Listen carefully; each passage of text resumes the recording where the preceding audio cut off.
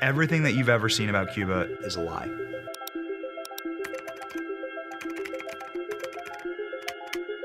I was looking online and all I saw was a beautiful country. Very colorful photos with all the classic American cars. To know that this is a socialist country, the pieces didn't quite fit to me. What happens when 4 young Americans visit Cuba for themselves and see firsthand what communism has done to a formerly prosperous island? For example, how easy is it to fill up your car with gas? Day 2, trying to get gas. We're in the biggest city in the country. We're in the most modern city in the country. And this is the beginning of the line to get gas. Here we go.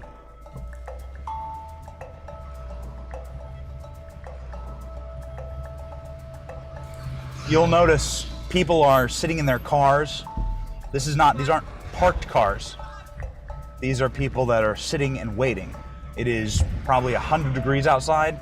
But perpetual gas and food shortages are just the tip of the iceberg. Look around you.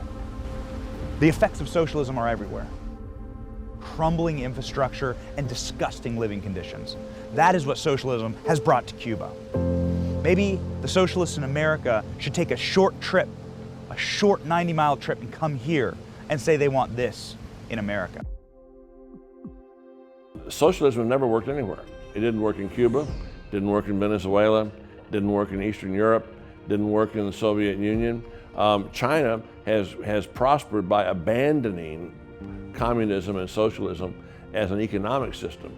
They've kept the power of the state. They've kept the dictatorship politically, but they have gone to a state-run capitalist system. Socialism is popular in America now. What do you think of socialism? It's very popular. Yeah. Wow. But now for us, no, it's good. For Cuban people now, Not good? no, my friend, no, it's possible petroleum, Yeah. nothing. For this, the people, no, it's possible go for the working. Socialism never works. You notice that people aren't trying to break down the doors to get into Venezuela. They're not trying to break down the doors to get into Cuba. There was an iron curtain not to keep Westerners out of Eastern Europe, but to keep Eastern Europeans in. In the real world, socialism and communism have failed everywhere. But critics note it is widespread in America's schools.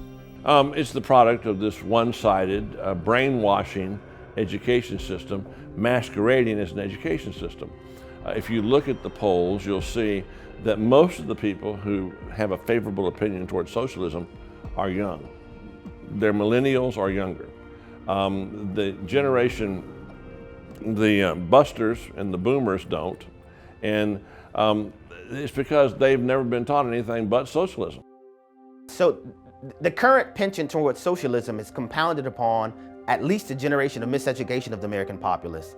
We have young people who are unaware of the Berlin Wall, who are unaware of the murderous penchant of Stalin, Mao Zedong, Pol Pot. And so that miseducation has laid the foundation for the romanticized ideas of socialism to be advanced. And so when you drill down and you say, wait a minute, how can you advance the idea of socialism when Venezuela is happening right now? You have a formerly wealthy country now has a government-imposed starvation diet that's happening in the nation of Venezuela. And so some would try to say, no, we don't mean that socialism. We mean this other form of socialism, looking at Norway's and Sweden and others. But those countries are not true socialistic countries in the common understanding or in the true sense of socialism.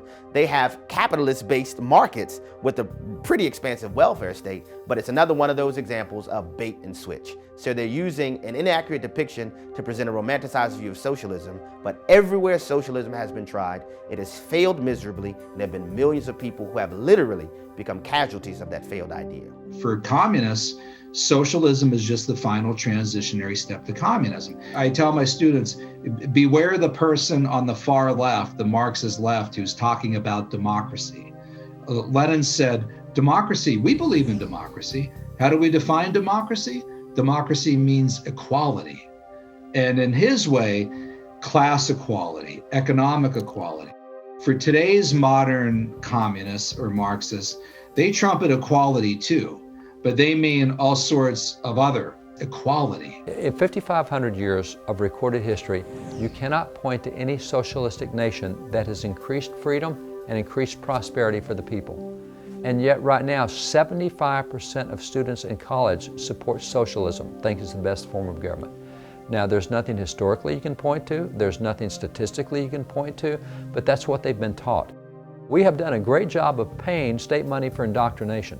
And so you now have a group of what are called social justice warriors who will take to the streets over minimum wage or take to the streets over any perceived violation of anything that contradicts what they think is right. And they've been told that you should reject all speech that contradicts what we have told you. And so we are at a precipitous time in America. There is now a higher percentage who do believe in violent responses than we've ever had in our lifetime or in recent generations. The progressive left has essentially employed a street mob to carry out its political agenda. It's frightening people. It's claiming, you know what, you need to change government, we need a new president, and there will not be peace, and there will not be a night without fire until you do. That's why you had Kamala Harris and staffers on both her team and Joe Biden's team bailing out these rioters, right? On the claim that they were concerned about people who were just trying to peacefully protest, but they knew better. They are bailing out very violent people to be very violent to their fellow citizens. Now, this is not unusual. This is how bad people try to undo republics all the time. That's what happened in Rome under Sulla, street mobs trying to scare people into knuckling under. Socialism is making inroads in our country, but not always under that name, but rather under the name of being woke. What's taken place in America, and a lot of people are not aware, and with the political left, they talk about wokeness, that they are woke. This could not be further from the truth. These are dangerous, deceived individuals who have no connection to reality. In fact, they would argue that there's no true reality, that you get to make up your own.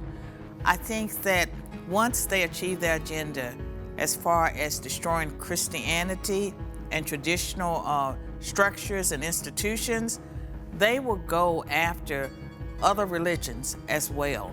And they will also go after other people, because at the end of the day, it's about taking down America. It's not about improving the lives of racial and ethnic minorities.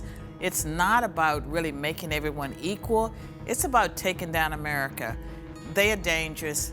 They have Marxist roots, and they have disguised themselves under the umbrella of social justice. And one of the most dangerous things is that there are many well-meaning Christians, especially in our churches, that have allowed them to get a foothold because they talk about justice. But what people need to remember is that biblical justice is not the same as social justice.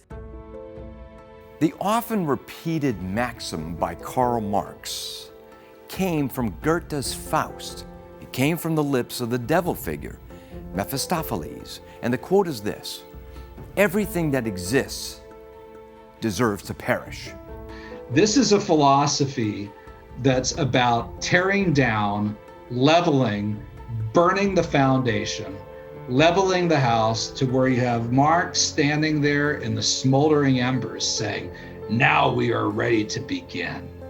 So anybody that thinks that this is a philosophy that is just about helping one another or sharing the wealth or redistributing wealth, they do not understand Marx and Marxism. It's heartbreaking that that's just a reality for the Cuban people. They don't know natural rights. Even more so heartbreaking is that there are Americans here that would have that governance brought here. When the progressives talk about social justice, they're really talking about the Marxist ideal of social justice. When they're talking about equity, they're not caring about equal opportunity. They've rejected equal opportunity. They've rejected a colorblind society. They have rejected assimilation. What they want is to destroy America, its religion, everything that we hold dear.